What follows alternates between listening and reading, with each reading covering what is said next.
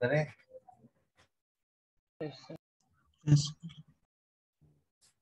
Last class कुछ homework दिया था। हाँ सर, डीपीटी तो अपने अपलोड किए थे और मॉड्यूल से होमवर्क दिया था। कुछ पूछना है? हाँ सर, मुझे डाउट है, थोड़े क्वेश्चन। हाँ सर, डाउट भी है। इसमें पूछ रहे हो बुकलेट डीपीटी कौन सा? डीपीटी मॉड्यूल डीपीटी 1,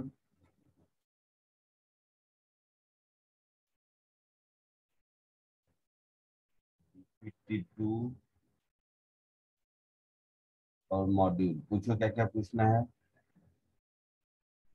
मुझे 7th और 11th में किसका 7th 11th? एक्सरसाइज 1 मॉड्यूल का।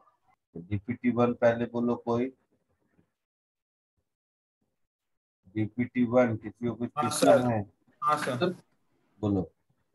सर एक सेकेंड बताना। सर डीपीटी 1 में क्वेश्चन 3 और क्वेश्चन 6। डीपीटी 2। और सर 7 में भी एक छोटा सा डाउट था, मतलब एक दूसरा ऑप्शन। सर मुझे 1 चाहिए डीपीटी 1 का क्वेश्चन। डीपीटी 1 में हाँ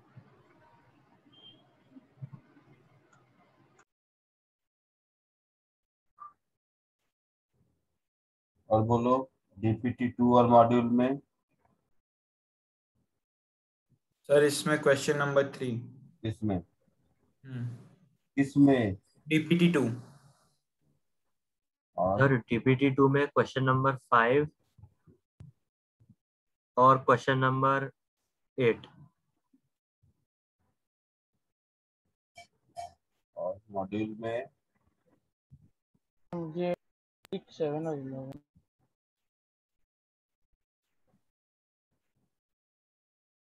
एक्सरसाइज 1 का है ये सर। Yes sir. सर। बोलो बोलो, सुन रहा हूँ। सर क्वेश्चन नंबर 4 चाहिए मॉड्यूल का।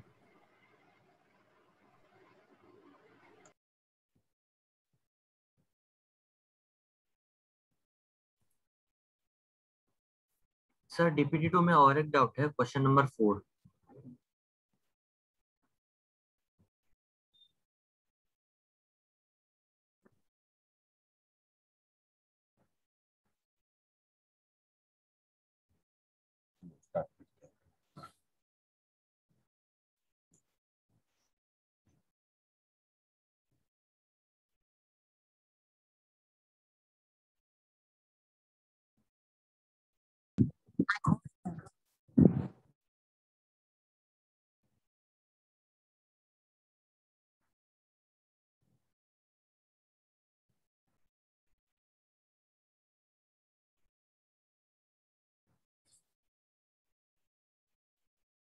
सबसे पहले डीपीटी 1 क्वेश्चन नंबर 1 पूछा है किसी ने। आप मॉड्यूल में 9 भी ऐड कर लो, क्वेश्चन नंबर 9।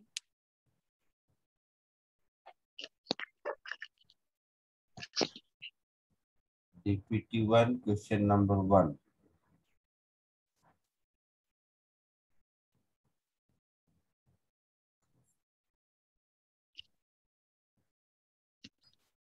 इसने पूछा। सर मैंने क्या दिक्कत है इसमें? सर मेरे को समझा नहीं क्वेश्चन। क्या नहीं समझा? मतलब इंग्लिश का प्रॉब्लम, फिजिक्स का प्रॉब्लम, अंडरस्टैंडिंग का प्रॉब्लम, क्या नहीं समझा बताओ।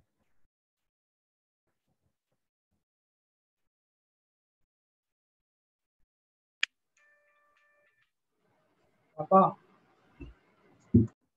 सर इसमें मेरे को वो पार्ट नहीं समझा कि वो कैसे उसका आंसर ये सी वाला है। अरे आंसर तो फिजिक्स बात क्या है, आंसर छोड़ो। तुम्हें कोई दूसरा आंसर आ रहा है क्या? नहीं, मेरे को इसका फिजिक्स ही नहीं समझा। आंसर की बात तो तब करते हैं जब मुझे कुछ और आ रहा है, कुछ और किया है। ये इस केस में रिजल्टेंट क्या होगा?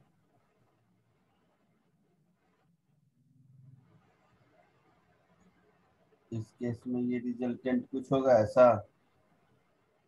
हाँ सर।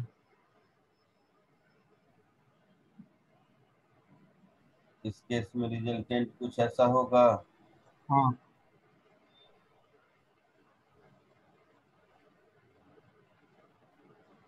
इस केस में रिजल्टेंट कुछ ऐसा होगा। यस।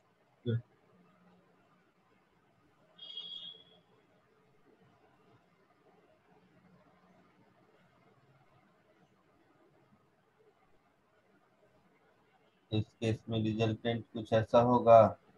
हाँ ओके सर, थैंक यू। क्या बताना है इसमें? कौन सा फिजिक्स से मैं नहीं समझता। क्लियर है? 3, 6, 7।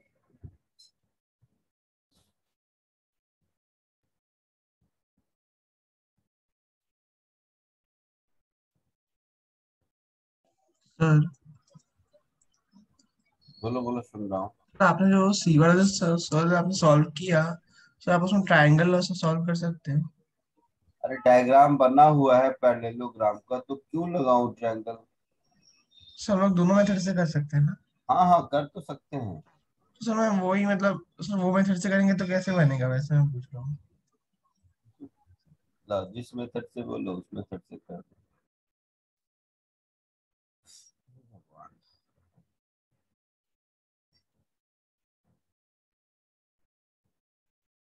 ये एक वेक्टर है,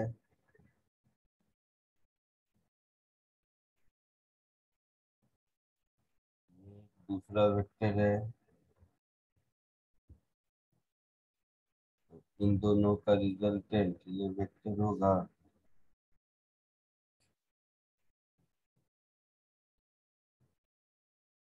समझा कुछ? हाँ सर, पर सर ये लोगों का डायग्राम से थोड़ा अलग है ना। क्या? अच्छा नहीं सर, ओके सर समझो।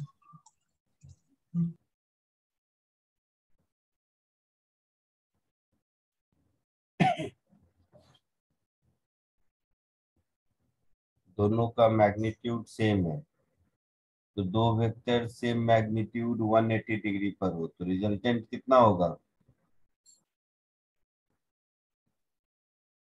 0। दो वेक्टर का रिजल्टेंट 0 तो तब होगा जब इक्वल अपोजिट हो। Yes sir. 120 डिग्री पर है तो क्या रिजल्टेंट होगा?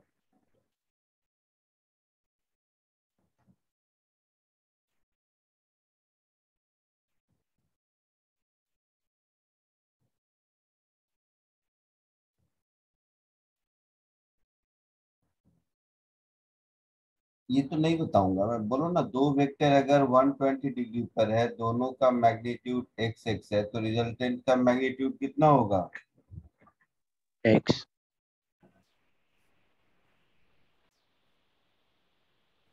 एक्स होगा। Yes. yes, पक्का? Yes. 30 डिग्री पर है तो कितना होगा? X. x कैसे सर? अरे under root X square plus X square plus 2x square cos 120 degree.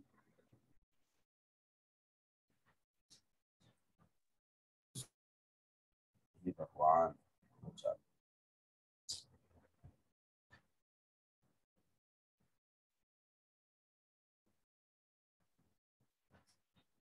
ये फॉर्मूला होगा रिजल्टेंट का। हाँ सर। जिसने पूछा बोलो ये फॉर्मूला होगा। इसमें फर्स्ट के लिए 120 पुट करो, सेकंड के लिए 30, थर्ड के लिए 90, फोर्थ के लिए 45।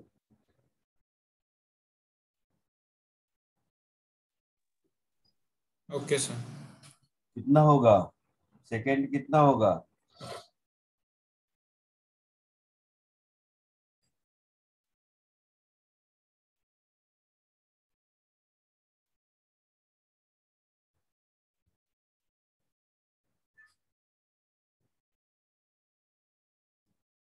बहुत मुश्किल है यार।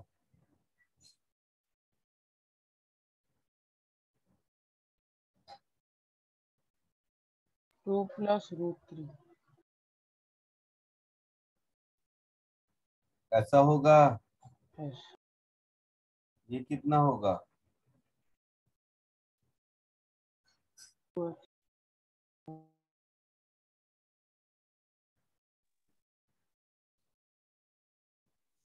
होगा। Yes sir. ये कितना होगा?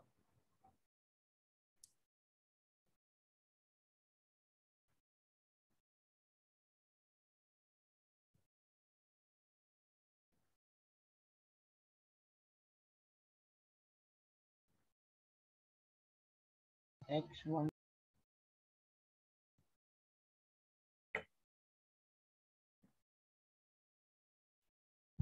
होगा ऐसा? यस। हाँ सर। बताओ तीनों में बड़ा कौन है, छोटा कौन है, क्या कौन है? सबसे बड़ा कौन हो गया? सर ए करेक्ट है क्योंकि 1 would be less than 2।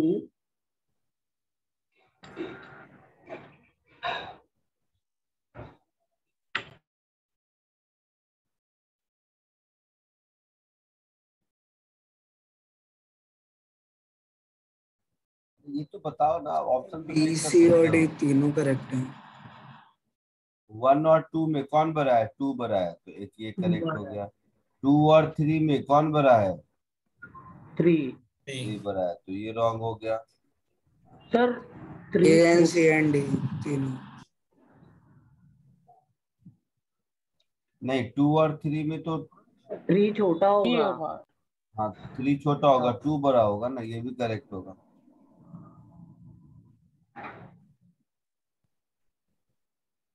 Sir C false है ठीक है, क्योंकि इसमें कहा है कि 1 ग्रेटर देन 2, ये तो रॉन्ग है। 4 ग्रेटर देन 1, 4 ग्रेटर देन 1, ये भी सही है। आया समझ में? हाँ सर। मैं नहीं समझ पा रहा हूँ इस तरह के क्वेश्चन क्यों डाउट में है। फॉर्मूला में वैल्यू पुट करना है, कोई फिजिक्स नहीं है, क्यों डाउट में पूछ रहे हो? मैं सच में नहीं समझ पा रहा हूँ।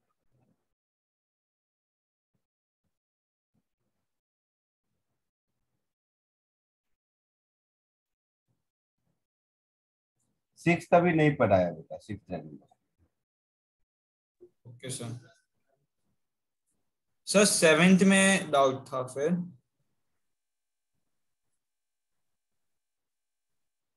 उसमें सर आंसर का डाउट था।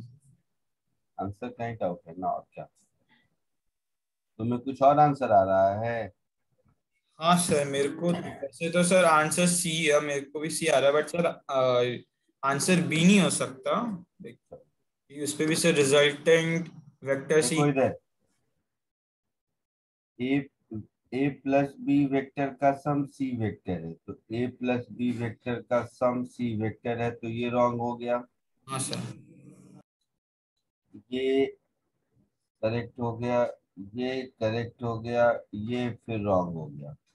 ये मैंने पहला कंडीशन चेक किया। हाँ सर। दूसरा condition, magnitude of A plus magnitude of B is magnitude of C, हाँ सर। है ना? तो ऐसा तभी हो सकता है जब ए और बी के बीच का एंगल 0 डिग्री हो। अच्छा सर, ठीक है। है ना? हाँ सर, ठीक है। C is the correct answer. Okay sir, understood.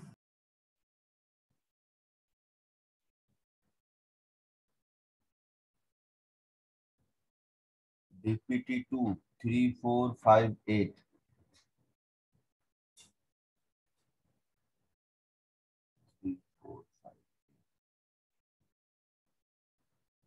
तो मुझे वो सेकंड कंडीशन नहीं समझी। एक मिनट।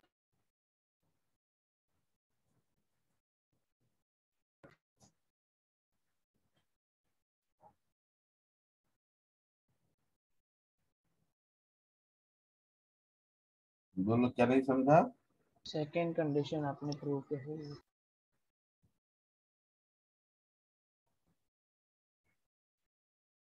अरे लिखा है ना, magnitude of A plus magnitude of B is equal to magnitude of C, लिखा है। Yes sir.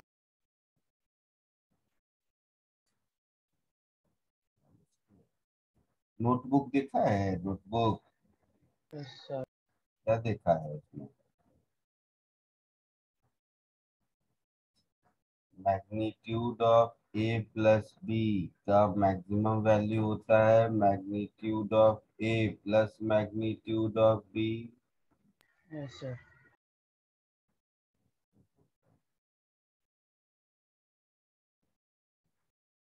और मिनिमम वैल्यू इतना होता है। हाँ सर। तो ये वही है ना हाँ हाँ समझा, मैक्सिमम वैल्यू 1 होगा ना। वाला है कंडीशन। तो ये कब होगा? जब थीटा 0 डिग्री होगा तब मैक्सिमम होगा ना। Yes sir. सर इसमें ऑप्शन डी में रिजल्टेंट 0 आएगा ना, क्योंकि दोनों अपोजिट डायरेक्शन में। 0 क्यों होगा? ए और बी का मैग्नीट्यूड इक्वल होगा तो 0 होगा, नहीं तो कुछ होगा। अच्छा सर, ठीक है।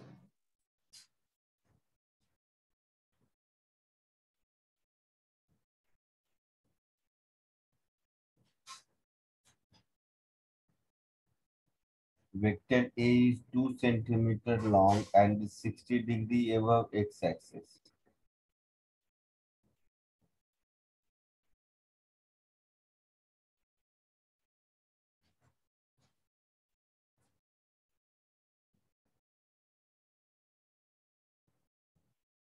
है ऐसा? Vector B is 2 centimeter long and 60 degree below x-axis.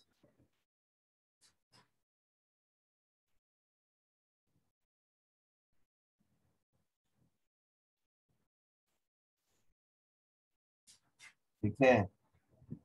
The sum A plus B, तो ये दोनों का रिजल्टेंट ये होगा। Yes sir. Yes sir. इस पैरेललोग्राम में यही बनेगा ना। हाँ सर। और दोनों के बीच का एंगल 120, तो ये भी 2 सेंटीमीटर ही होगा। सर। समझा कुछ? हाँ सर। Yes sir. आए समझ में सबको? Yes sir.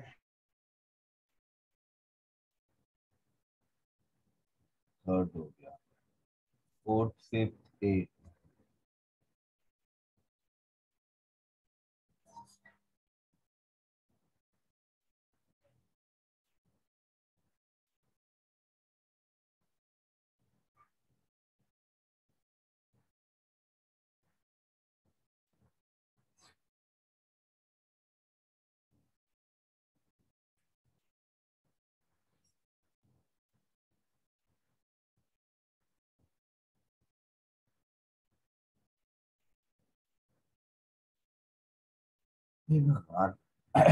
Greatest magnitude of displacement, यही पूछा है। यस तो पहले केस में ये डिस्प्लेसमेंट होगा, दूसरे केस में ये डिस्प्लेसमेंट होगा, तीसरे केस में ये डिस्प्लेसमेंट होगा, चौथे केस में 0 डिस्प्लेसमेंट होगा, है ना। ये 2 मीटर होगा, ये 2√2 मीटर होगा।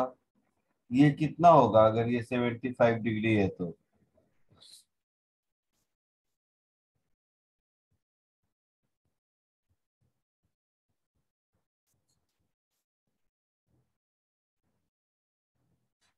चलो, ये नहीं समझ में आता है तो इस ट्रायंगल में दो, ये 2 है, ये 2 है, और ये राइट एंगल नहीं है तो हाइपोटेन्यूज से तो छोटा ही होगा ना। ये तो पक्का है, हाँ सर। ये तो कॉमन सेंस है ना। हाँ तो ग्रेटेस्ट मैग्नीट्यूड किस में हो गया? आया समझ में? सर। पक्का? Yes, sir. Fifth and eight.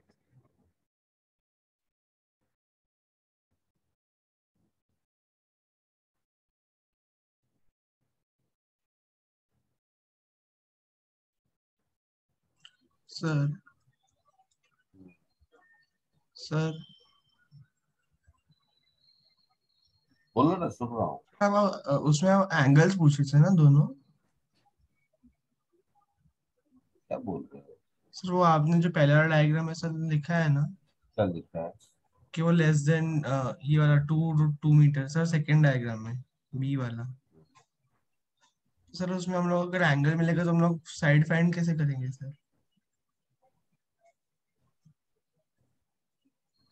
√2a² + 2a² + 2 × 2 × 2 × cos 75 degree. अच्छा वो फॉर्मूला मेथड। ठीक है। हाँ सर।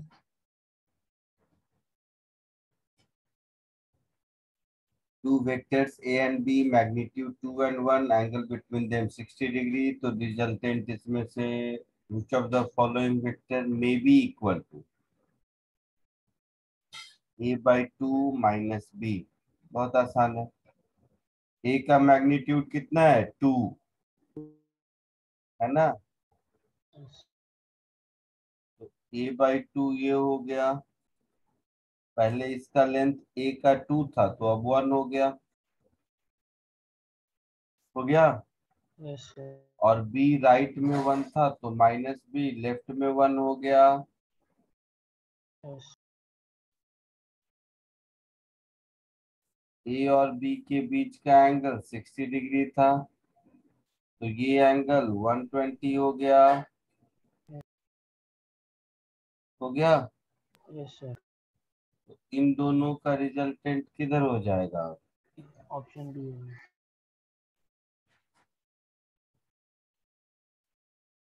इधर कहीं हो जाएगा। आया समझ में? Yes sir. सर एक बार फिर समझा दो। क्या फिर से क्या? सर ये आपने जो डायग्राम बनाया बस एक बार वही बोर्ड पे दो कि वो कैसे 120 डिग्री बना। ये 60 है। हाँ। तो ए और बी के बीच का एंगल 60 है। हम्म। तो ए और -b के बीच का एंगल कितना होगा? यहाँ पर मुझे क्या निकालना है? a/2 - b। हाँ सर। तो a/2 इस लेंथ का आधा हो जाएगा तो आधा कर दिया। यस। और b इसका अपोजिट हो जाएगा तो अपोजिट कर दिया। तो ये एंगल 120 नहीं होगा? बोल। Okay sir. समझ गया?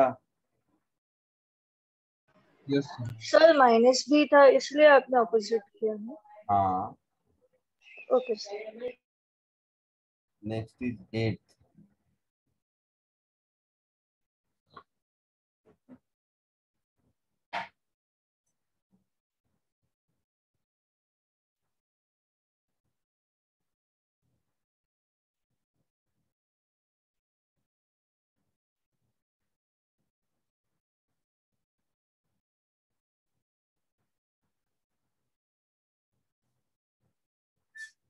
Two vectors A and B are drawn from common point C and C common point and C is A plus B. Angle between A and B if।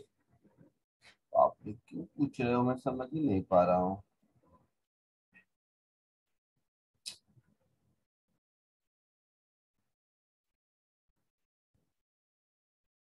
लोग फॉर्मूला में भी value नहीं put कर पा रहे हो क्या? ये फॉर्मूला मालूम है?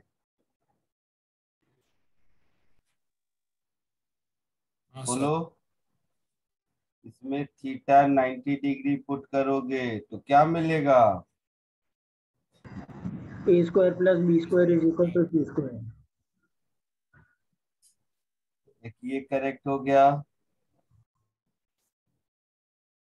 थीटा अगर 90 से ज्यादा होगा तो cos थीटा नेगेटिव होगा। यस यस तो सर। c² छोटा हो जाएगा a² + b² से।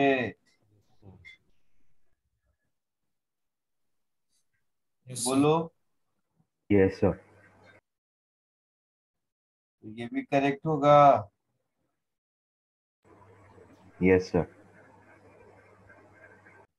ये करेक्ट होगा तो ये रॉन्ग होगा। Yes sir. थीटा जब लेस देन 90 डिग्री होगा तो कॉस थीटा पॉजिटिव, यस मतलब सर। सी स्क्वायर ज्यादा होगा ए स्क्वायर प्लस बी स्क्वायर से। Yes sir. Yes sir.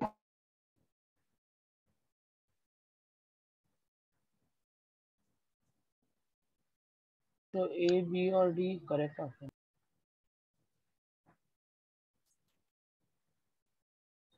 आया समझ में? Yes sir.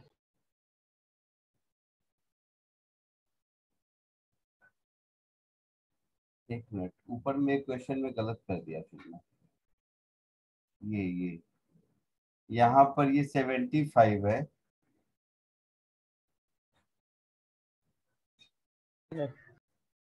एंगल 75 नहीं हो, 80 माइनस 75 होगा ना।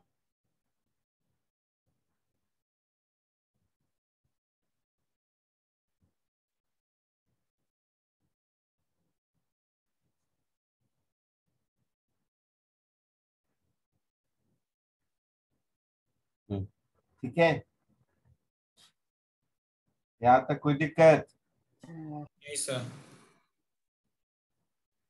मॉड्यूल में आता, जिसने पूछा था आया समझ में? Yes sir.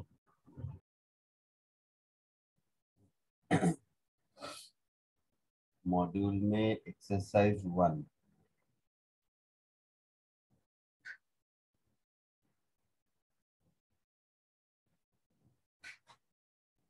कौन कौन से क्वेश्चन थे?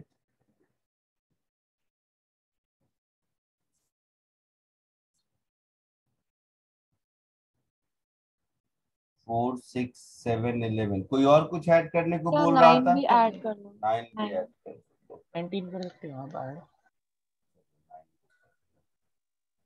तो 4, 6, 7, 9, 11।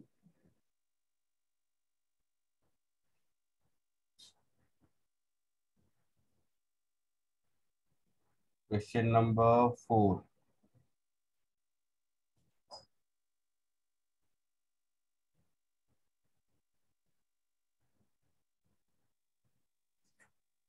नहीं नहीं, 4 अभी नहीं कराया है बेटा, 4 नहीं होगा आपसे अभी। हाँ सर आपने दिया था मुझे। ठीक है, 4 अभी 9 भी नहीं दिया है, 9 नहीं दिया है। 9 भी नहीं होगा, दिया ही नहीं, होमवर्क अपने मन से कर 19 रहे हो वाला शायद। दिया, 19 वाला वो आपने दिया था। भाई तुम लोग होमवर्क भी ठीक से नहीं लिखता। 4 और 9 नहीं दिया होगा, मैंने होमवर्क कराया ही नहीं अभी तक। 4 दिया था आपने, लिख के दिया था 1 2 अच्छा 3 नहीं, 4। अभी नहीं होगा। 4 और 9 दोनों अभी आपसे नहीं होगा। 4, 9 के बाद कौन सा नंबर था? 7 6, 7 7। 6 7 और 11। 6, 7, 11, ठीक है। सर 6, 7, 11। हाँ बोल बोल। वो DPT 2 के अंदर फिर जो फोर्थ क्वेश्चन था, तो उधर जो 75 डिग्री वाला एंगल, फिर उसका रिजल्टेंट 90 डिग्री वाले से बड़ा होगा ना? अरे एंगल बिटवीन वेक्टर 75 नहीं है, 180 माइनस 75 है, ठीक से देखो। हाँ हाँ सर, हाँ हाँ समझा समझा।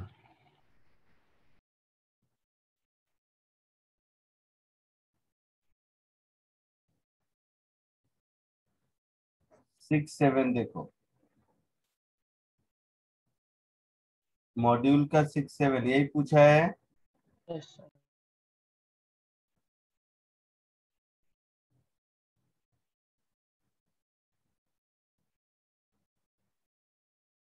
The resultant of vector 1, 2, 3 whose directions are along sides of equilateral triangle।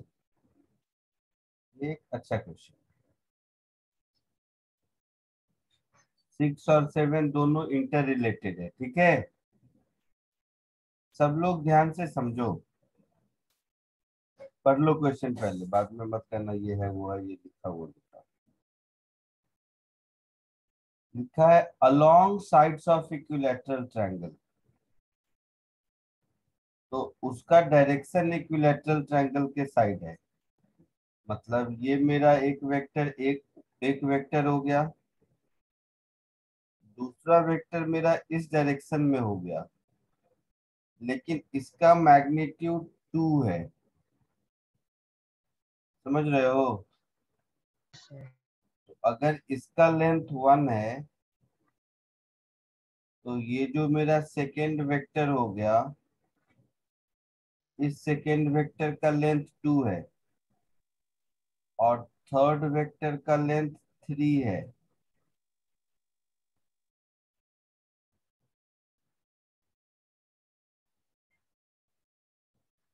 ये तीनों वेक्टर समझ आया?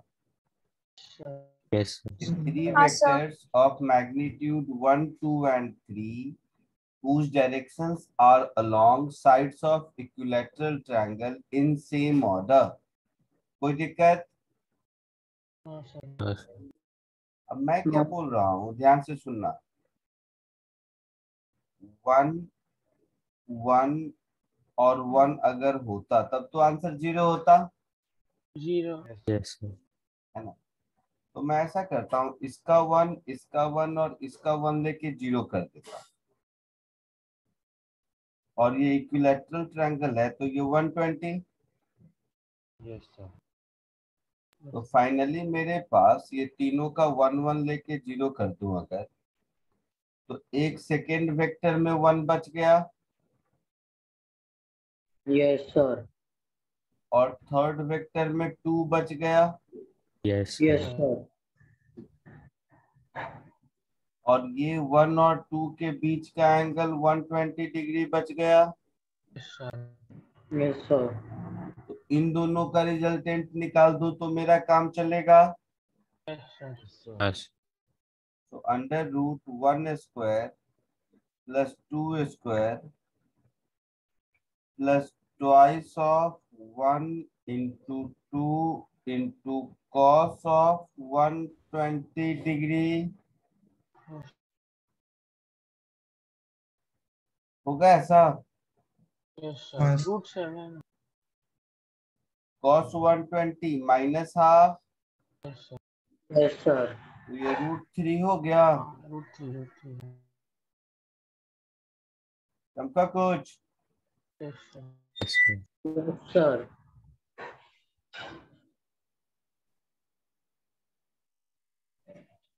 जिसने पूछा था बेटा आया समझ में? Yes sir. 7। In the above question resultant vector का डायरेक्शन मुझे बताना है, ठीक है? तो डायरेक्शन के लिए फॉर्मूला था मेरे पास, tan अल्फा। क्या होता है? tan alpha is equal to sin theta mod b sin theta mod B sine theta upon mod A plus mod B cos theta. Yes sir. तो ये अल्फा एंगल किससे होता है?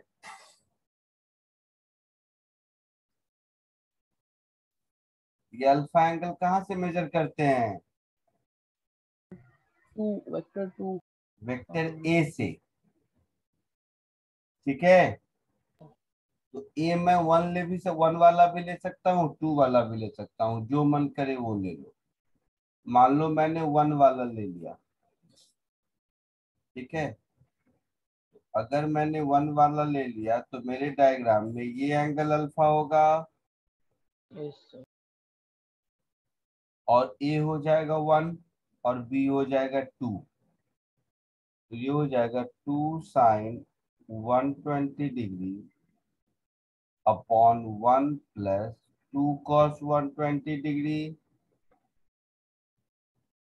है ना? तो ये इंफिनिटी हो जाएगा क्योंकि कॉस 120 माइनस हाफ होता है। Yes sir. तो अल्फा 90 डिग्री हो जाएगा। Yes sir. तो ये एंगल मेरा हो गया 90 डिग्री।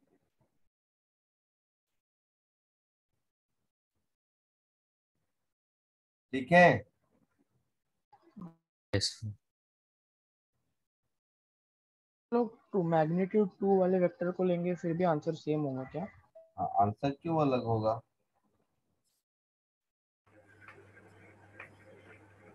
1 से 90 डिग्री आ गया, अब ऑप्शन देखो, 60 डिग्री विथ फर्स्ट वेक्टर, तो मेरा रिजल्टेंट तो सेकेंड से 90 इधर है, तो फर्स्ट वेक्टर से तो 60 नहीं होगा ना। फर्स्ट वेक्टर से कितना एंगल होगा, तो फर्स्ट वेक्टर से ये 120 है, और ये फिर 90 है,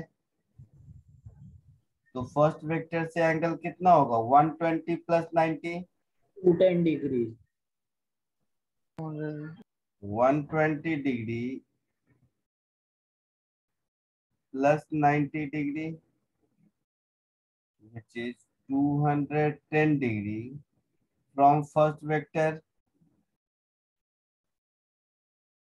होगा।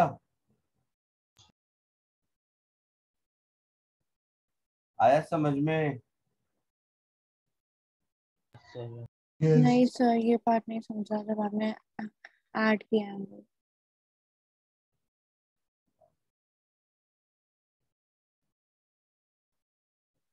सेकेंड वाले वेक्टर के लाइन से 90 डिग्री एंटी क्लॉकवाइज होगा रिजल्टेंट, हाँ या ना?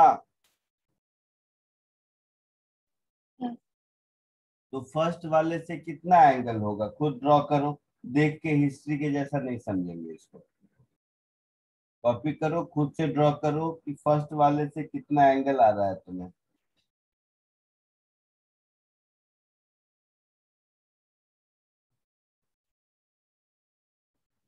मैं नहीं बताऊंगा, खुद से ड्रॉ करके बताओ।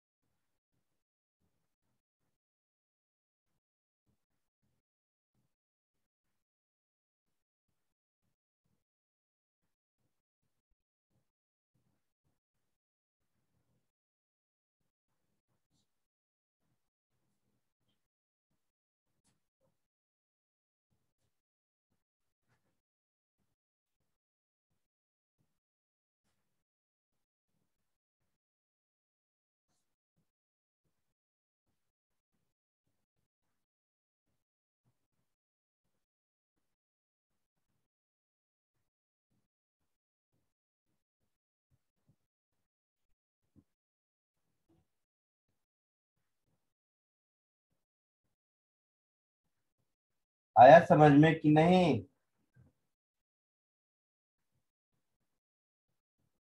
नहीं सर, आप एक बार समझा दो। लिखा है कि नहीं नोटबुक पे? हाँ सर, ये सामने। हाँ नोटबुक पे लिखा अभी, बोलना। हाँ सर, लिखा है। लिखा है।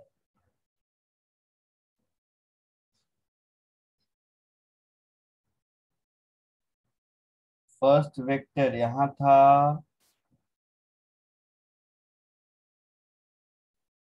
ऐसा। यस।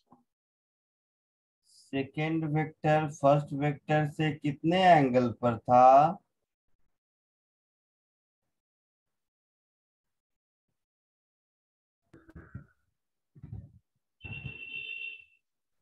बोलना, फर्स्ट वेक्टर सेकेंड वेक्टर से कितने एंगल पर था?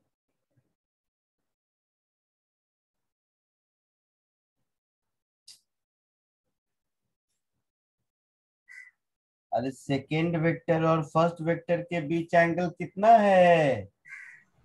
120 डिग्री। 120। क्लॉकवाइज और anti clockwise? Anti anti clockwise. Clockwise.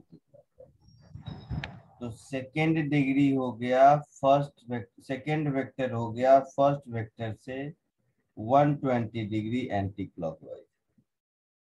कोई दिक्कत? नहीं सर।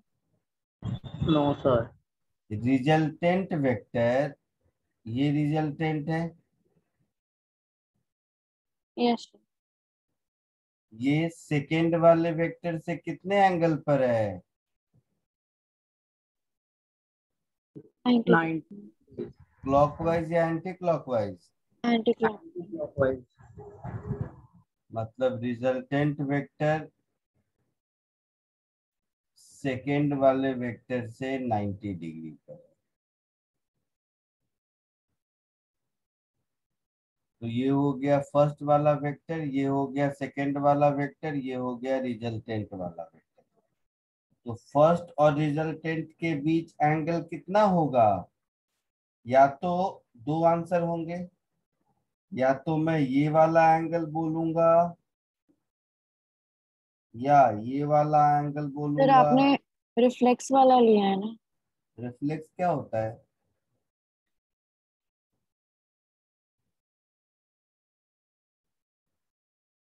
जो भी रिजल्टेंट और फर्स्ट वाले वेक्टर के बीच का था, यू सबट्रैक्ट दैट फ्रॉम 360। जो अभी मैंने कुछ लिखा ही नहीं है बेटा, सब्ट्रैक्ट करेंगे ऐड करेंगे। ये जो ऊपर में मैंने ये वाला ड्रॉ किया, ये कितना होगा? 200। ये कितना होगा? 150। तो मेरा आंसर क्या होगा? आइदर 210 और 150। अगर वेक्टर 1 से निकालना है तो 1 और रिजल्टेंट के बीच कोई एंगल पूछेगा तो मैं क्या बोलूंगा? या तो 150 डिग्री बोलूंगा या 210 बोलूंगा। ओके। अब ऑप्शन में आइए। तो 150 ऑप्शन नहीं है, 210 विथ फर्स्ट वेक्टर ऑप्शन है। 120 विथ सेकेंड वेक्टर ये नहीं होगा क्योंकि सेकेंड वेक्टर से तो 90 है। और फर्स्ट वेक्टर से या तो 210 या 150, तो 210 आंसर दिया हुआ है। आया समझ में? यस।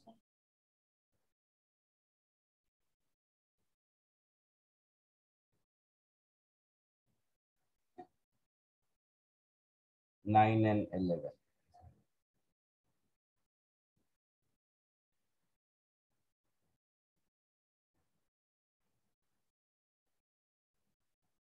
नाइन भी नहीं होगा तो बोला ही मैंने आपको, अभी नहीं होगा। 11।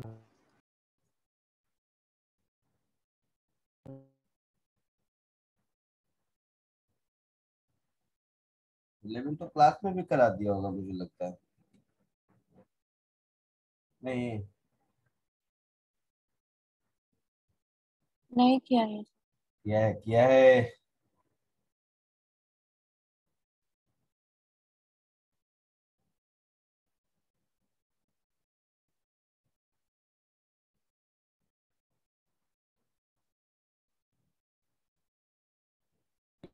किया तो फिर ऐसा दिख रहा है? आप ही का नोटबुक स्क्रॉल डाउन कर रहा हूँ। सिमिलर क्वेश्चन है।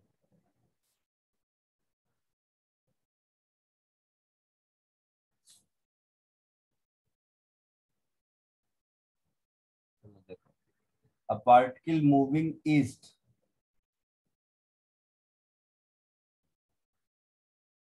तो ये हो गया इनिशियल वेलोसिटी का डायरेक्शन। तुम लोग मुझे लगता है नोटबुक भी नहीं पढ़ता है। 5 meter per second. In 10 second velocity changes to 5 meter north। तो ये हो गया फाइनल वेलोसिटी का डायरेक्शन। हो गया। Average acceleration that is change in velocity upon time चाहिए। तो चेंज इन वेलोसिटी का मतलब क्या होगा? फाइनल माइनस इनिशियल को चेंज कहते हैं दुनिया में, कहते हैं। तो ये अगर इनिशियल है मतलब ये माइनस इनिशियल होगा। Yes, sir.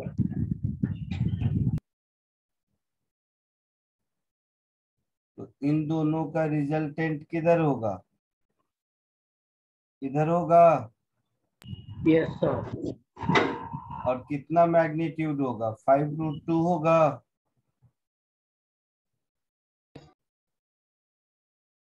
बोलो। Yes sir. हाँ तो एवरेज एक्सेलरेशन का मैग्नीट्यूड लिख दिया है क्वेश्चन में, change in velocity upon time. Yes sir. Change in velocity का मैग्नीट्यूड 5√2। टाइम अपॉन कितना 10। दिया है? 10 10 सेकेंड। तो 1/√2 मीटर पर सेकेंड स्क्वायर होगा। और डायरेक्शन किधर होगा? नॉर्थ। ईस्ट और नॉर्थ वेस्ट। North west. आया समझ में? सर बोलो बोलो, सुन रहा हूँ। क्या सर? सर आपने ये वेक्टर ई को जो फाइन ईस्ट में जा रहा है उसको मतलब माइनस में क्यों ले रहे, उसका पैरेलल शिफ्ट क्यों किया? घर में एक भी क्वेश्चन किया नहीं है, ऐसी बात पूछता है, इसका मतलब है मुझे क्या निकालना है? मुझे final velocity minus initial velocity निकालना है। अच्छा हाँ सर ठीक है। मतलब फाइनल वेलोसिटी के साथ माइनस ऑफ इनिशियल वेलोसिटी को ऐड करना है। हाँ सर। पक्का? हाँ सर। हो गया सारे डाउट खत्म?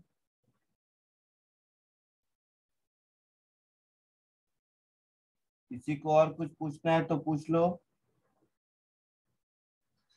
कोई छूट गया हो तो पूछ लो, डरने की जरूरत नहीं है मुझसे, मैं ऐसे ही बोलता हूँ, टेंशन मत लो। कुछ पूछना है तो बोलो।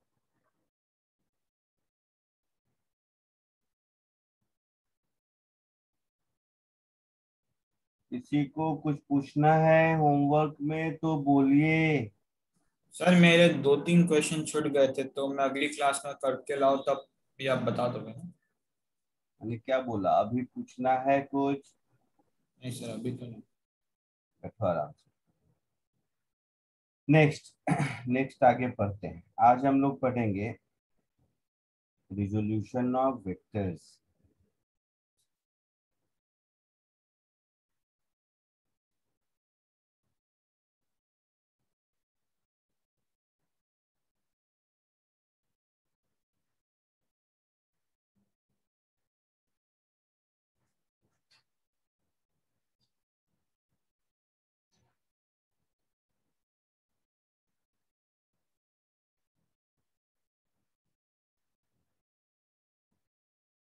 सबसे पहले एक कॉन्सेप्ट है यूनिट वेक्टर।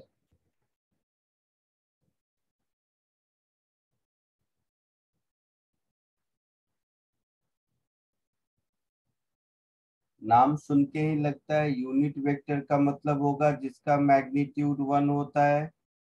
हाँ सर।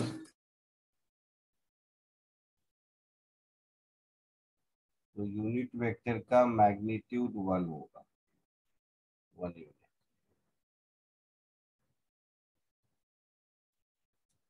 तो सपोज कोई एक वेक्टर है, उस वेक्टर को अगर हम उसके मैग्नीट्यूड से डिवाइड कर देंगे तो वेक्टर बनेगा या स्केलर? तो वेक्टर बनेगा। वेक्टर बनेगा। और उसका मैग्नीट्यूड 1 हो जाएगा। Yes sir. Yes sir. तो ये यूनिट वेक्टर बन जाएगा। इसको हम लोग ऐसे प्रोनाउंस करते हैं, एक के ऊपर ऐसा कैप लगा हुआ है तो इसको हम लोग बोलेंगे यूनिट वेक्टर अलोंग ए।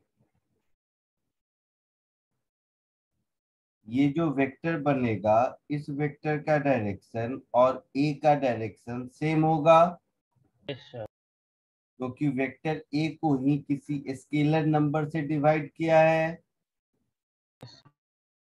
ना? ये बात समझ आई? यस वेक्टर ए को किसी स्केलर नंबर से डिवाइड किया तो जो भी वेक्टर बनेगा उसका डायरेक्शन वेक्टर ए के बराबर होगा। Yes sir. अच्छा, और अगर उसके मैग्नीट्यूड से ही डिवाइड किया है तो उसका मैग्नीट्यूड 1 हो जाएगा और डायरेक्शन ए के बराबर बचेगा। Yes sir. तो उसको हम लोग बोलेंगे unit vector along A. So unit vector along any vector is vector divided by its magnitude. ठीक है? Yes sir. तो कॉपी कर।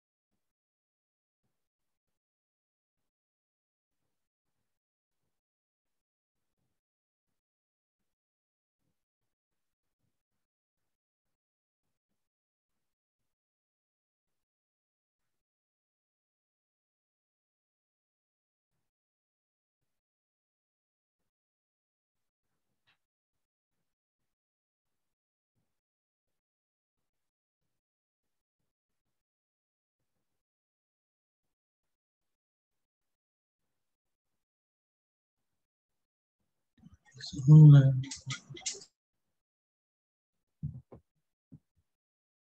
हो गया? हाँ सर। हाँ सर। अब यूनिट वेक्टर पढ़ने का पर्पस क्या है?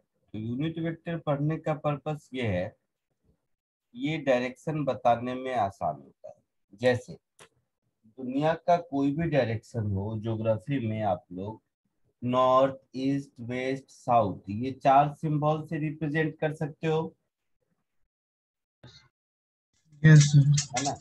Capital N, capital W, capital E, capital S, ये सब यूनिवर्सली एक्सेप्टेड डायरेक्शंस हैं। Yes sir. Yes sir. जैसे मैं कहता हूं कि I am moving 5 meter per second toward east, मतलब 5 मीटर पर सेकेंड मेरा मैग्नीट्यूड है और टूवर्ड ईस्ट मेरा डायरेक्शन है। Yes sir. तो इस 5 मीटर पर सेकेंड को अगर हम ईस्ट वर्ड से डिवाइड कर देंगे, क्या बोल रहा था, 5 meter per second toward east को अगर हम 5 से डिवाइड कर देंगे तो केवल टूवर्ड ईस्ट बचेगा, yes sir. That is 1 unit toward east. तो वो केवल डायरेक्शन बताएगा। हाँ सर। तो फिर वो ई कैप हो गया ना। हाँ हो, कैप को अपने मैं लैंग्वेज में बता रहा हूँ, कैप बात में। तो जैसे ज्योग्राफी में 4 यूनिवर्सली एक्सेप्टेड यूनिट वेक्टर्स हैं, ठीक है? कौन कौन? North, east, west, south. Yes sir. इसके अलावा भी हम लोग यूज करते हैं अपने हिसाब से कुछ भी। जैसे आई am moving 10 metre per second towards station, ये नॉर्मल लैंग्वेज है। हाँ सर। यस। तो ये टूवर्ड स्टेशन वर्ड जो है ये यूनिट वेक्टर है यस यस। है ना? But north, east, west, south वाला यूनिवर्सली एक्सेप्टेड यूनिट वेक्टर है। और ये जो मैंने यूनिट वेक्टर दिया, बोला, ये उस आदमी को समझाने के लिए था जिसको पता है कि मेरा टूवर्ड स्टेशन कहने का क्या मतलब है ना? तो ये कॉमन लैंग्वेज में बोलने वाला लैंग्वेज हुआ, toward station, toward Oberoi mall, toward here, toward, ये सब बोलने वाला लैंग्वेज है। ठीक है। हाँ सर। अब थोड़ा साइंस की बात करें।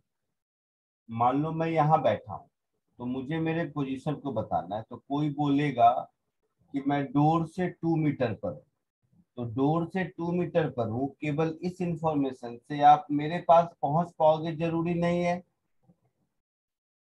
Yes sir. क्योंकि डोर से 2 मीटर पर 2 मीटर का सर्कल रेडियस का बना लो, मैं कहीं भी हो सकता हूँ, केवल इतना इंफॉर्मेशन सफिशिएंट नहीं है मेरी तरफ पहुंचने का। सर। लेकिन अगर मैं ये कहता हूँ कि मैं इस वॉल से 2 मीटर पे हूँ, सामने वाले वॉल से 3 मीटर पर हूँ, अब आप एग्जैक्टली यहीं पहुंचोगे जहां पर मैं हूँ।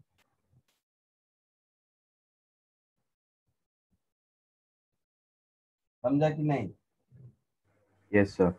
यस अगर सर। मैं कहूँ कि मेरा पोजीशन इस वॉल से 2 मीटर पर और पीछे वाले वॉल से 3 मीटर पर मान, तो अब आप एग्जैक्टली यहीं पहुंचोगे। यस। इसका मतलब क्या हुआ? इसका मतलब हुआ कि किसी एक पोजीशन को बताने के लिए मिनिमम 2 रेफरेंस लाइन का होना जरूरी है। सर। Yes sir. पक्का? हाँ सर। अब मेरी जगह मान लो कोई मॉस्किटो फ्लाई कर रहा है यहाँ पे, मुझे इसके पोजीशन को बताना है। अब तो मैं अगर फिर 3 लगेंगे, 3 अब कोऑर्डिनेट्स हाँ, अब लगेंगे। मैं कहूंगा कि इस वॉल से 2 मीटर, इस वॉल से 3 मीटर, तो आप मॉस्किटो तक थोड़ा ना पहुंचोगे, फिर मुझे बताना पड़ेगा ग्राउंड से 5 मीटर भी साथ में। Yes sir. तो इन दोनों बातों को अगर मैं मिला दूं, ध्यान से सुनो, तो इसका मोरल ऑफ द स्टोरी ये है, if a point lies in a plane, in that case we would require minimum two reference line in that plane, yes sir.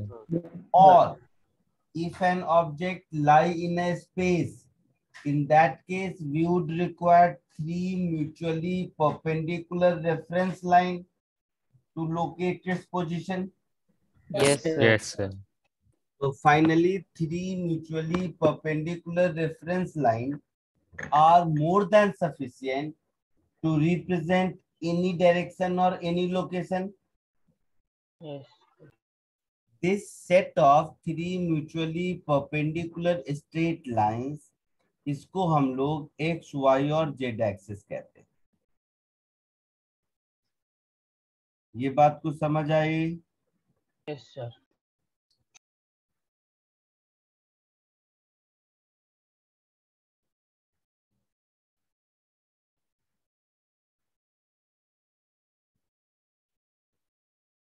तो ये जो set of 3 mutually perpendicular straight lines हैं,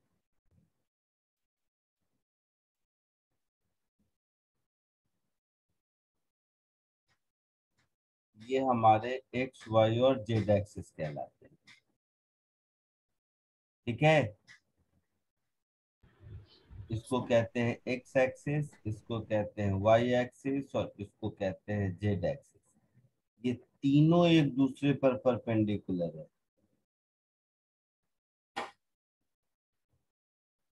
समझ रहे हो कुछ?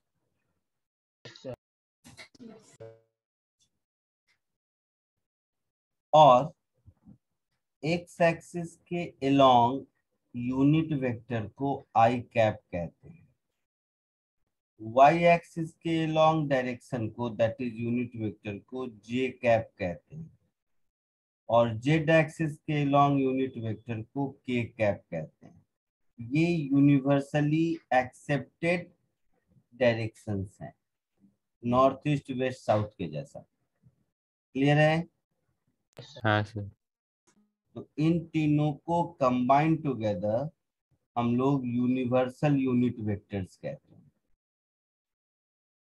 जैसे नेगेटिव एक्स होगा तो नेगेटिव एक्स को हम माइनस आई कैप लिखेंगे, है ना।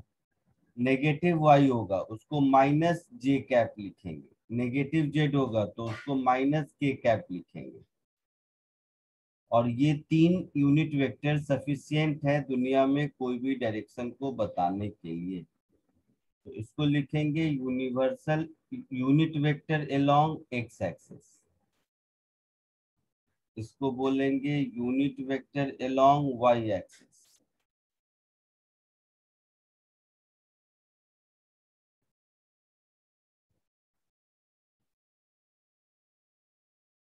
और इसको बोलेंगे unit vector along Z axis.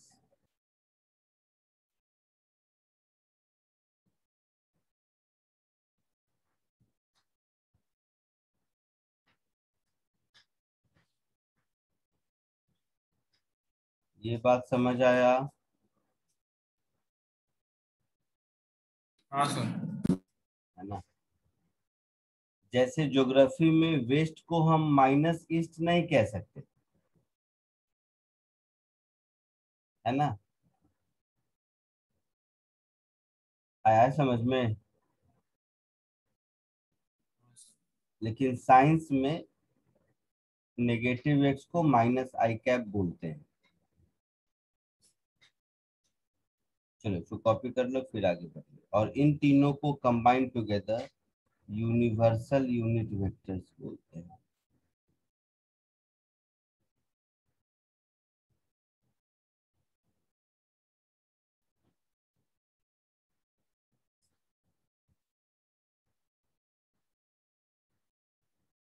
Copy कर लीजिए।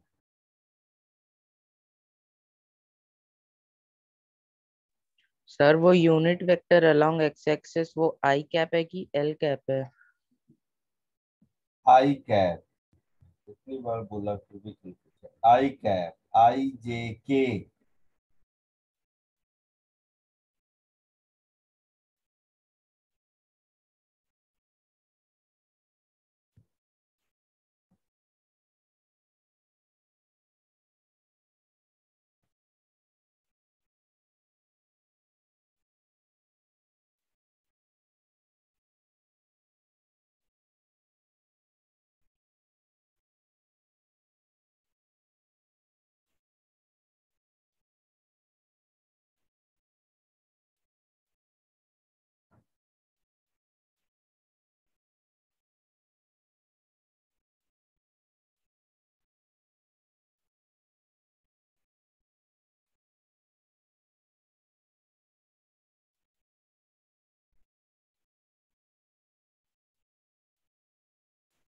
सर लिख लिया।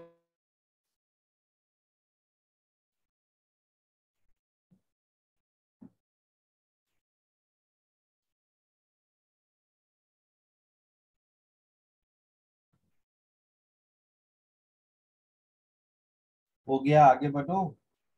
सर एक मिनट। हाँ सर हो गया। हाँ सर हो गया।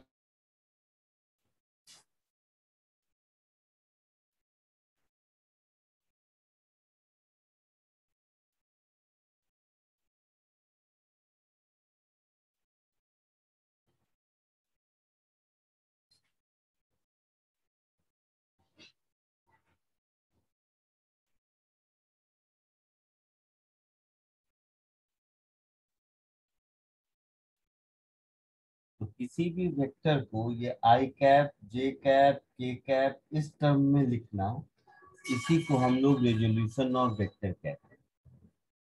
ठीक है? तो फर्स्ट केस देखो।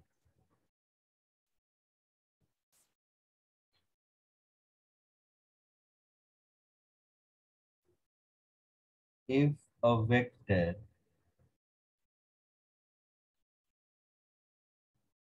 lies in two-dimensional plane,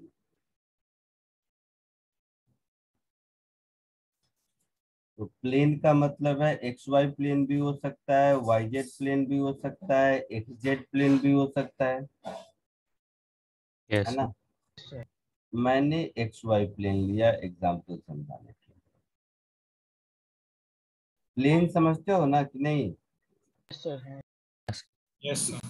एक Yes. लाइन के लिए मिनिमम 2 पॉइंट रिक्वायर्ड है Yes, sir. और एक प्लेन के लिए मिनिमम 2 लाइन रिक्वायर्ड है। 2 लाइन से एक प्लेन बनता है, तो ये एक्स वाई और वाई एक्सिस वाले लाइन से जो प्लेन बनेगा उसको एक्स वाई प्लेन बोलेंगे।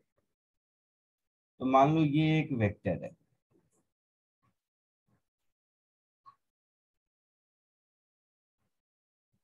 ये O और ये पॉइंट A और ये हो गया वेक्टर A। ये यहाँ से थीटा एंगल बनाता है, तो यहाँ से मैं एक परपेंडिकुलर ड्रॉ कर देता हूँ और ये परपेंडिकुलर ड्रॉ, इसको N कह देता हूँ, इसको M कह देता हूँ। तो ये हो गया O2M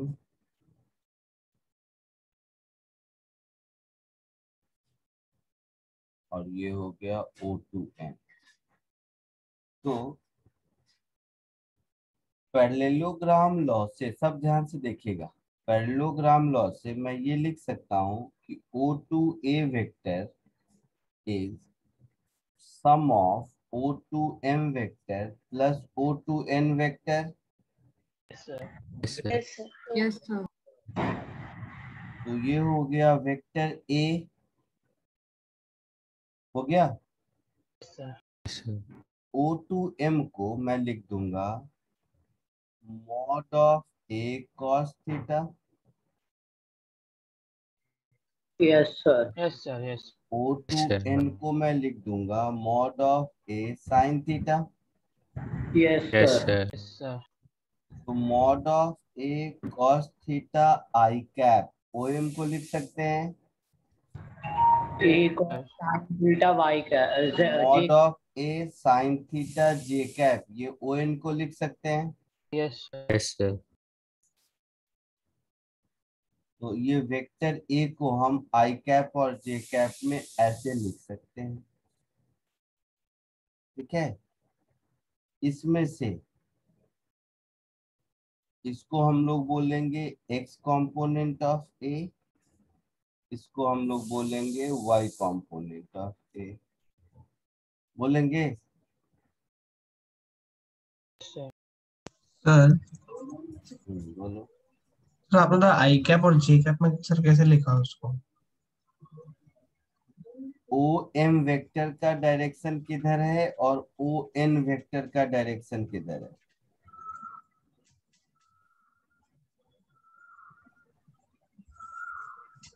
तो ये जो OM वेक्टर है इसका मैग्नीट्यूड है मॉड A cos थीटा हाँ सर। और डायरेक्शन है along x एक्सिस। तो ये वेक्टर को क्या लिखेंगे? Mod A cos theta I cap. Okay. ON vector का मैग्नीट्यूड है mod A sin theta, direction है y एक्सिस की तरफ, ठीक तो है। Mod A sin theta j cap. चमका कुछ? हाँ सर समझे। अब देखो, इन जनरल हम ऐसा कह सकते हैं कि अगर कोई vector A is given as AX I cap plus AY j cap, ऐसा कुछ दिया हुआ है, तो mod of A is under root AX square plus AY square, ऐसा लिख सकते हैं। कॉमन सेंस है। Yes sir. Yes sir. इस राइट एंगल ट्रायंगल में this square plus this square is this square. समझा कुछ? हाँ सर। पक्का? हाँ सर। एक बार और समझो, उसको कॉपी कर लो। एक बार समझो आपको। कॉपी तो करो भाई, हिस्ट्री के जैसा मत करो, कॉपी करो, हो सकता है लिखते वक्त ही समझ जाओ।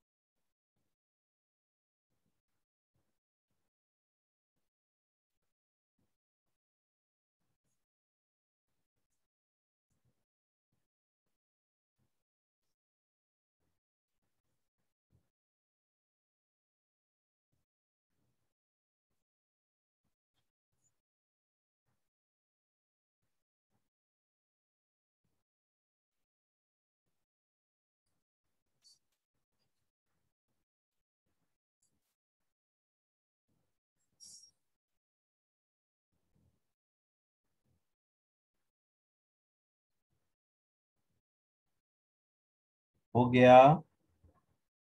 नहीं सर, एक और।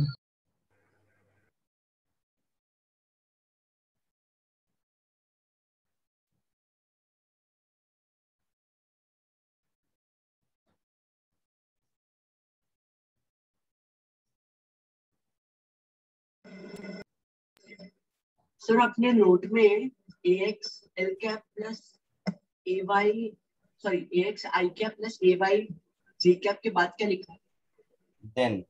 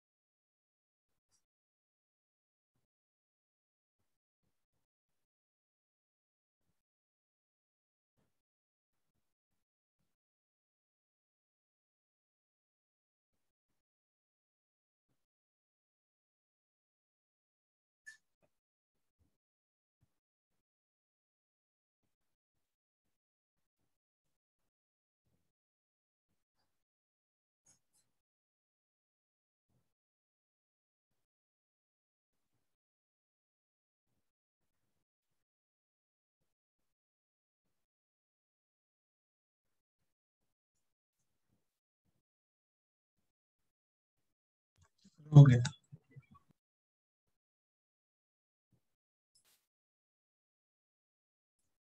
हो गया निश्चय। सर आई कैप और जे कैप वो कि वो ये एक्सेस पर है। क्या बोल रहे हो?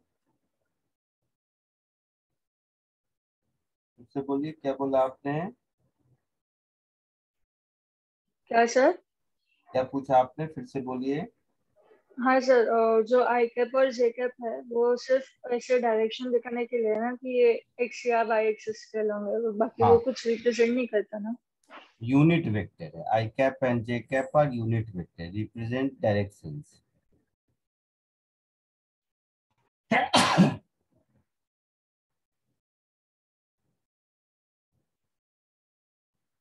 एक ये क्वेश्चन बताइए, देखो, बहुत आसान है।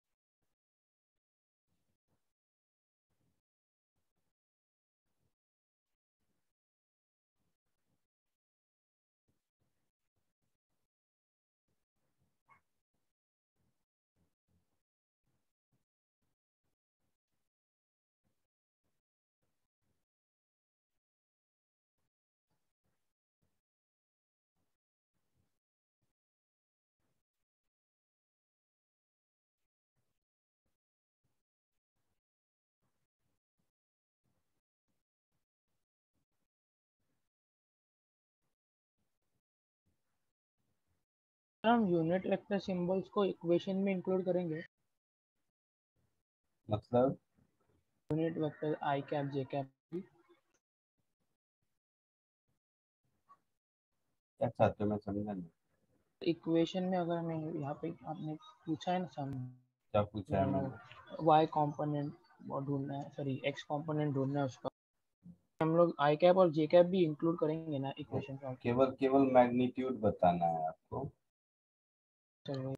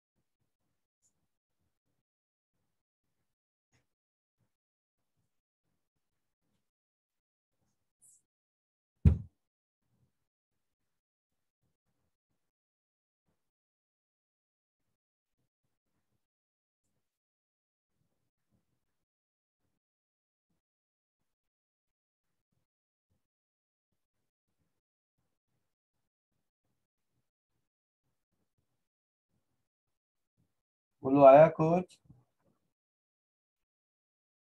Yes sir. बोलोगे, मैं कब से रुका हूँ। सर मैग्नीट्यूड 24 न्यूटन है। सर 24 न्यूटन और 37 डिग्री।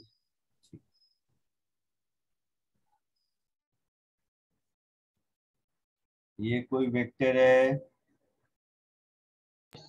ये है सर 30 न्यूटन,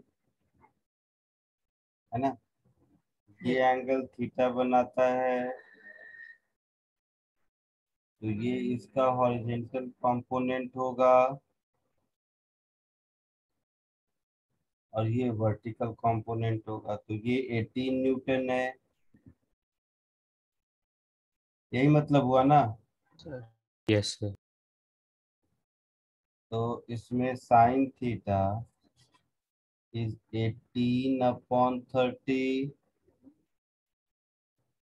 होगा। Sir that is by 3/5। तो थीटा इज 37 डिग्री। ये जो एक्स कंपोनेंट है, ये एक्स कंपोनेंट क्या हो जाएगा? 30 cos थीटा। Yes sir. मतलब 30 cos 37, that yes is sir. 30 into 4/5, that is 24 Newton. आया समझ में? आगे बढ़ो। से एंगल्स के थीटा वैल्यूज के लिए हमें कुछ लॉगबुक देंगे क्या एग्जाम में?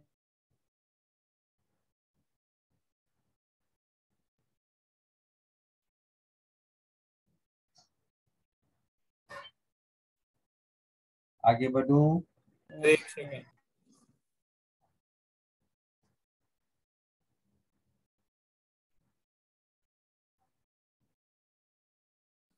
हाँ सर। और क्वेश्चन।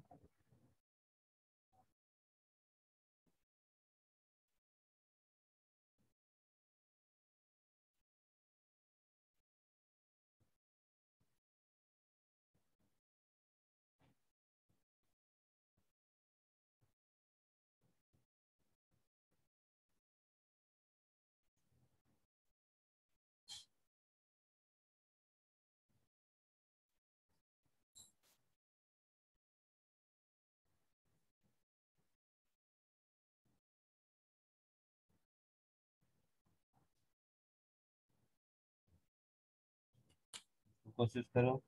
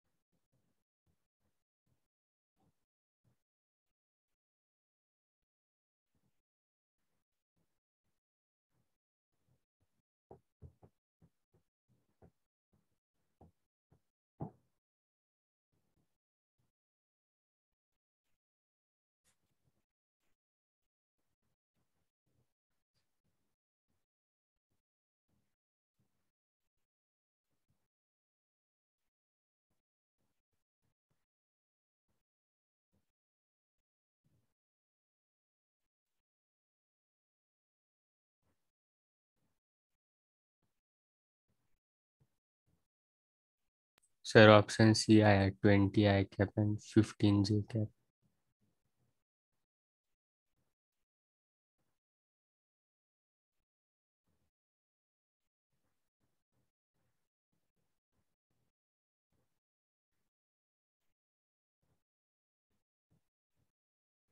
आया सबको?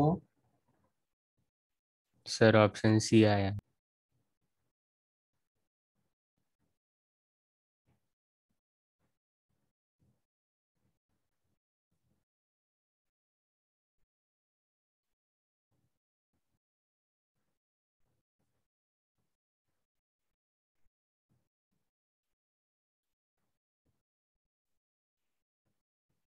ए का मैग्नीट्यूड कितना होगा?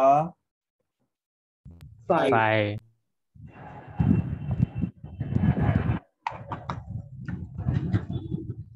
बी का मैग्नीट्यूड कितना होगा? 25। सबको मालूम है? Yes sir. तो मुझे जो वेक्टर बनाना है, ध्यान से सुनो सब, उस वेक्टर का मैग्नीट्यूड बी के बराबर होना चाहिए यस सर। और डायरेक्शन ए वाला होना चाहिए। यस। मतलब मेरा जो वेक्टर होगा उसका मैग्नीट्यूड बी के बराबर होना चाहिए और उसका डायरेक्शन ए के जैसा होना चाहिए। हाँ सर। मतलब मैं मैग्नीट्यूड ऑफ बी को ए कैप से मल्टीप्लाई कर दूं तो मेरा काम चलेगा। Yes sir. Yes sir. तो magnitude of B 25 A cap. कोई भी वेक्टर का यूनिट वेक्टर बताया था, vector divided by its magnitude. Yes sir. तो ये हो गया 25 into 3i cap plus 4j cap divided by mod A which is 5। Yes sir. तो सर ए। ये हो गया 15i cap plus 20j cap. ये आपका आंसर होगा। Yes sir. यस सर यही हाँ। आया समझ में सबको? हाँ यस सर। सर। पक्का? सर अगर मैंने इसको ग्राफिकली सॉल्व करने जाएंगे तो कैसा होगा? मैंने इसका ए वेक्टर का ये बनाया, मैंने ट्रायंगल लॉ के tan थीटा लिया और फिर उसे के साथ कम एंगल 53 आ रहा है।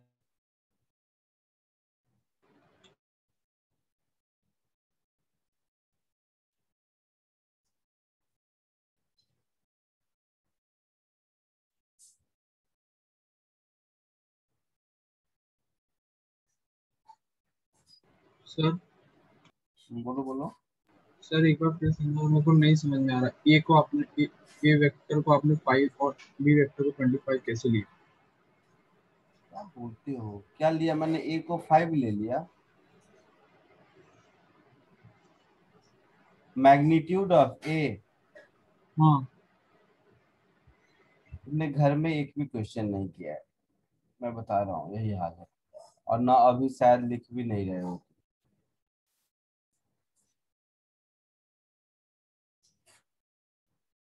अभी तुम नोटबुक में लिख रहे हो क्लास के साथ साथ? हाँ सर। मुझे नहीं लगता, इम्पॉसिबल। नोट 1 लिखा है? हाँ सर, इसमें वही लिखा है। अभी लिख रहा है भाई? अरे मजाक थोड़े नहीं पढ़ाई भाई,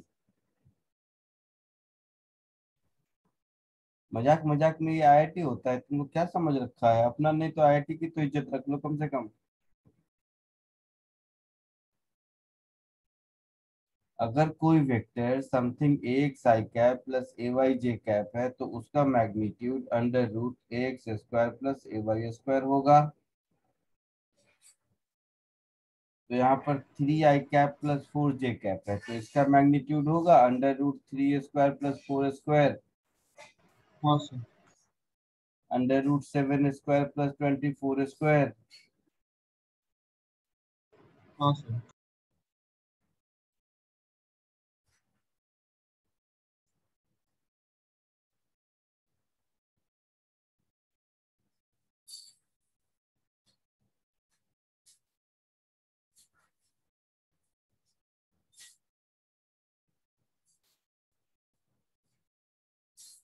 आगे बढ़ूं? Yes sir. Yes sir.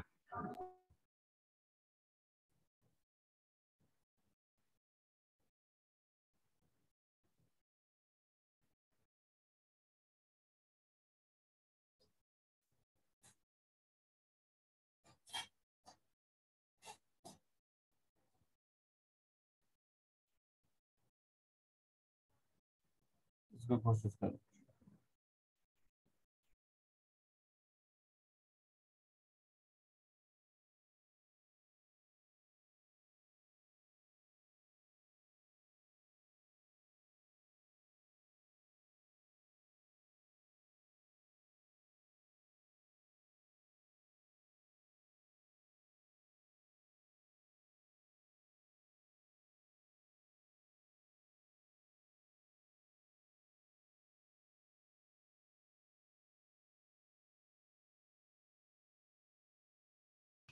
Sir equilibrium क्या होता है? नेट फोर्स इक्विलिब्रियम मतलब नेट फोर्स जीरो।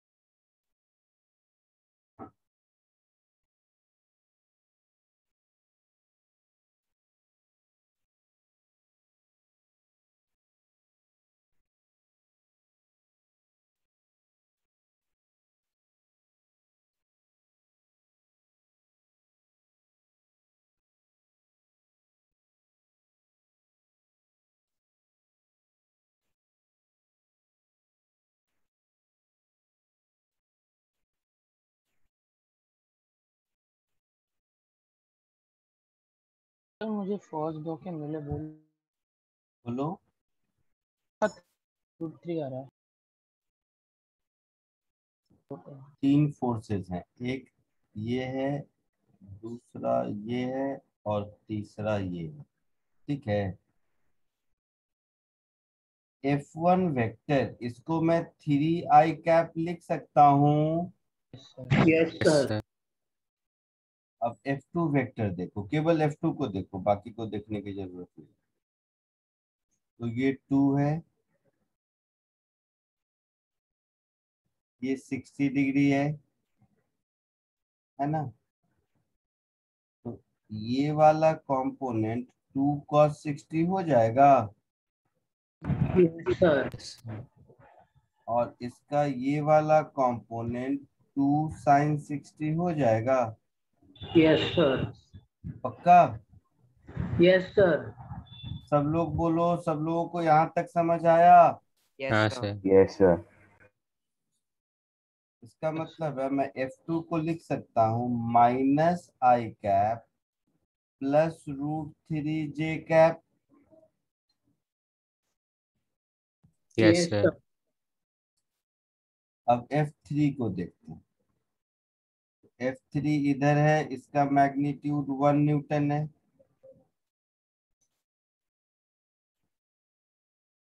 ये एंगल 60 डिग्री है, तो इधर 1 cos 60 that is 1/2।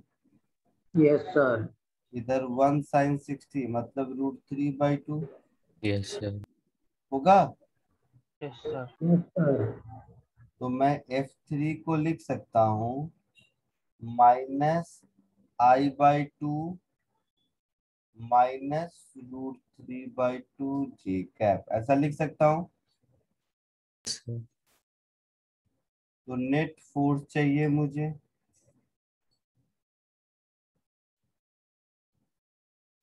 F1 plus F2 plus F3, तीनों को ऐड कर दोगे तो कितना हो जाएगा? 3 -1 -1/2 i cap yes sir. Plus 0 plus √3 -√3/2 j cap. Yes yes sir. Sir.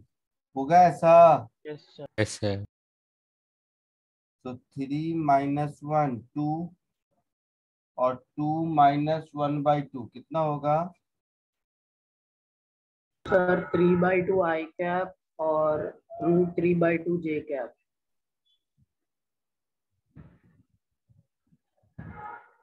ये नेट फोर्स हुआ। Yes yes. Sir.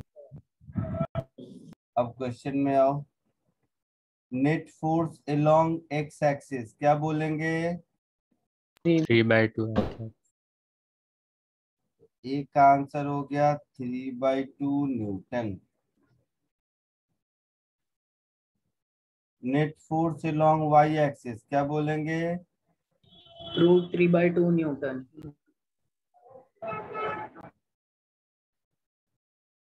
Single additional force required to keep body in equilibrium.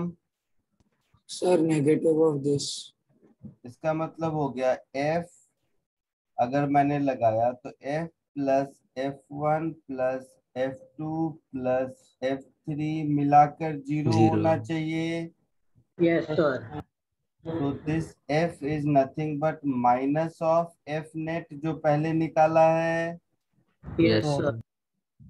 That is -3/2 i cap minus √3/2 j cap. ये third का answer हो गया।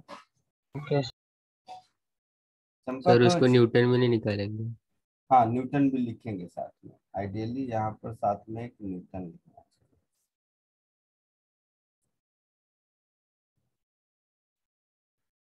आया समझ में सबको? हाँ सर। आगे बढ़ूं? Yes sir.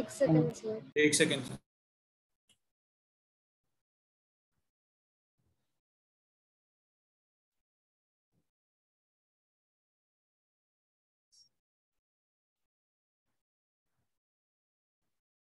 सर सर मुझे ये समझ में तो आया, लेकिन मतलब अप्रोच कैसे डेवलप करते हैं वो नहीं आ रहा था।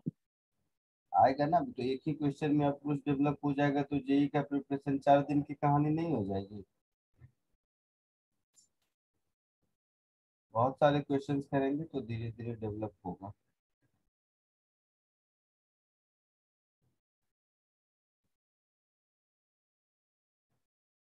जितना ज्यादा प्रैक्टिस करोगे उतना ज्यादा डेवलप होगा। हिस्ट्री और साइंस पढ़ने में फर्क है। हिस्ट्री क्या है कि एक बार पढ़ो तो दो ही बातें होंगी, याद होगा नहीं होगा, याद हुआ तो दूसरी बार पढ़ना मत पढ़ो। लेकिन इसमें एक अप्रोच डेवलप करना पड़ता है। ये ऐसे नहीं होता है कि एक बार पढ़ लिए तो डेवलप हो जाएगा, ऐसा नहीं है। ऑल इंडिया रैंक 1 जो होगा उसका भी नहीं होगा एक बार।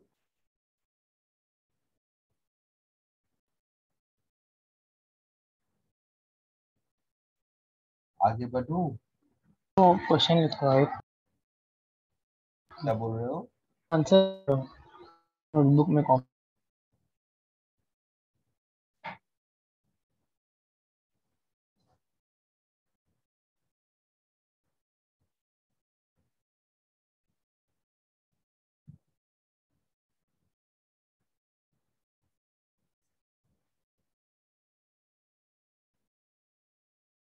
Done sir.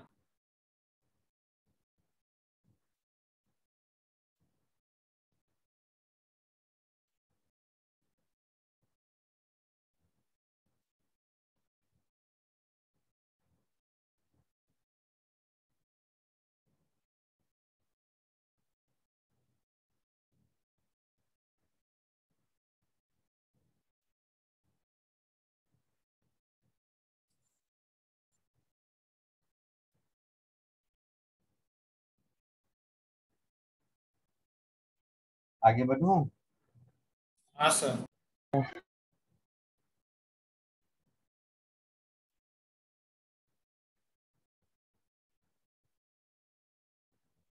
एक और कुछ।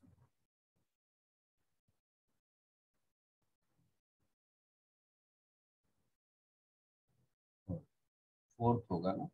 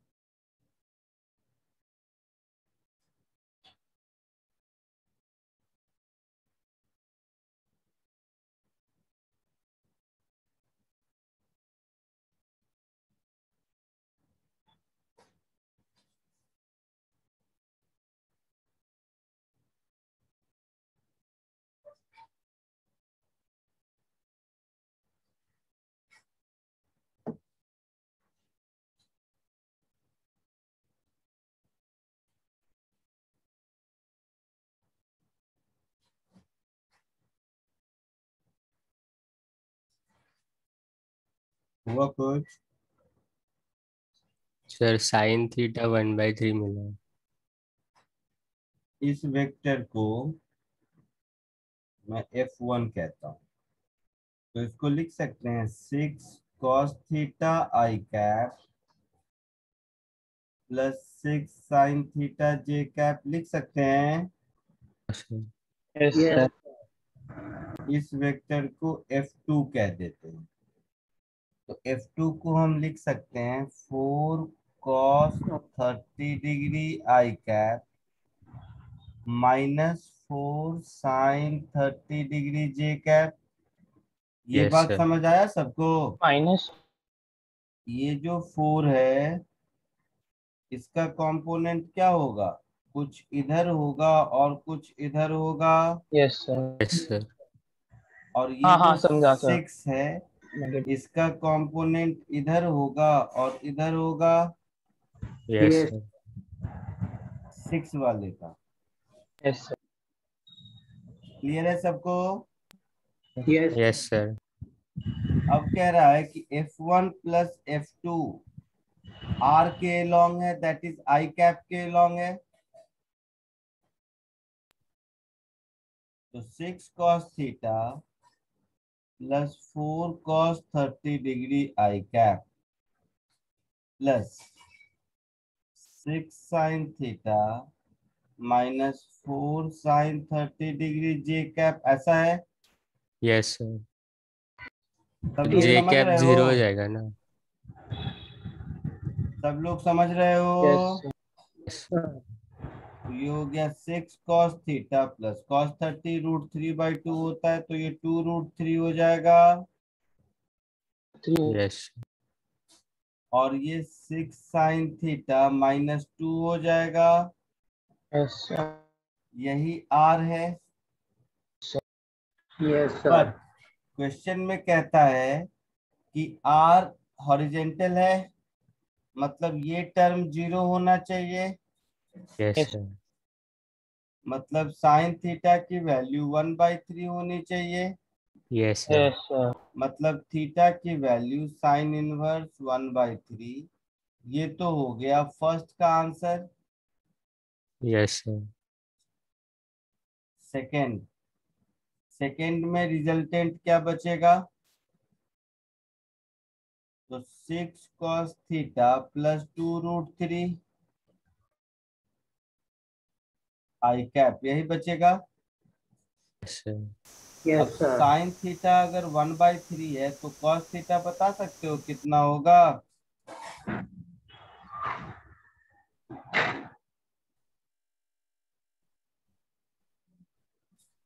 होगा ऐसा?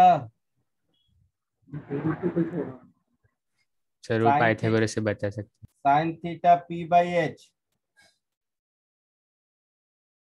तो भाई यस सर 2/3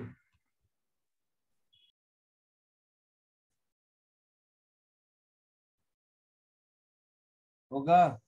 हैं। यस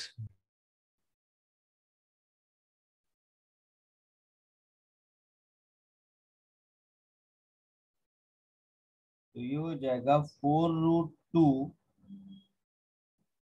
प्लस 2√3 आई कैप। ये R हो गया, तो मैग्नीट्यूड ऑफ R क्या हो जाएगा? आई कैप निकाल दो इसमें, तो 4√2 प्लस 2√3 न्यूटन। आंसर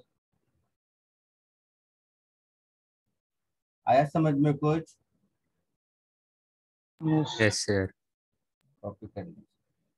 सबको समझ आया? मैं फिर कह रहा हूँ, घर में प्रॉपरली नोटबुक और नोट्स मेंटेन रखो।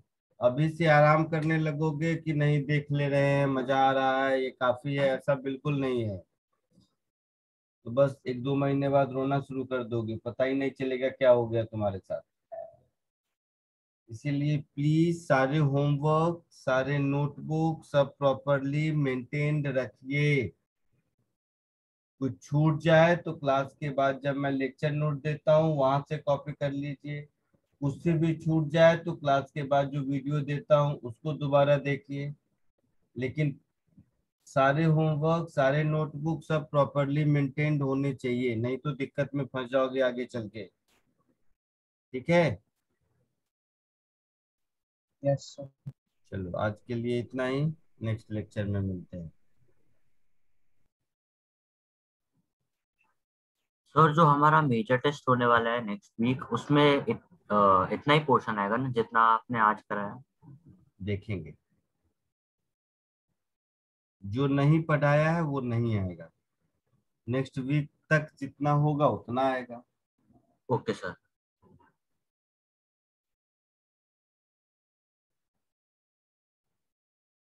Thank you sir. Bye sir.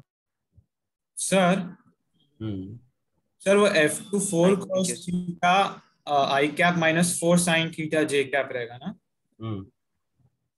तो थीटा तो 30 दिया हुआ है ना,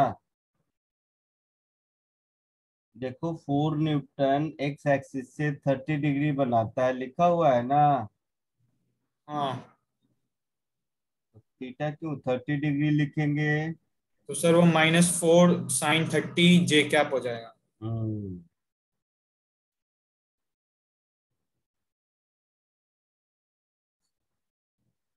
आया समझ में? हाँ सर आया।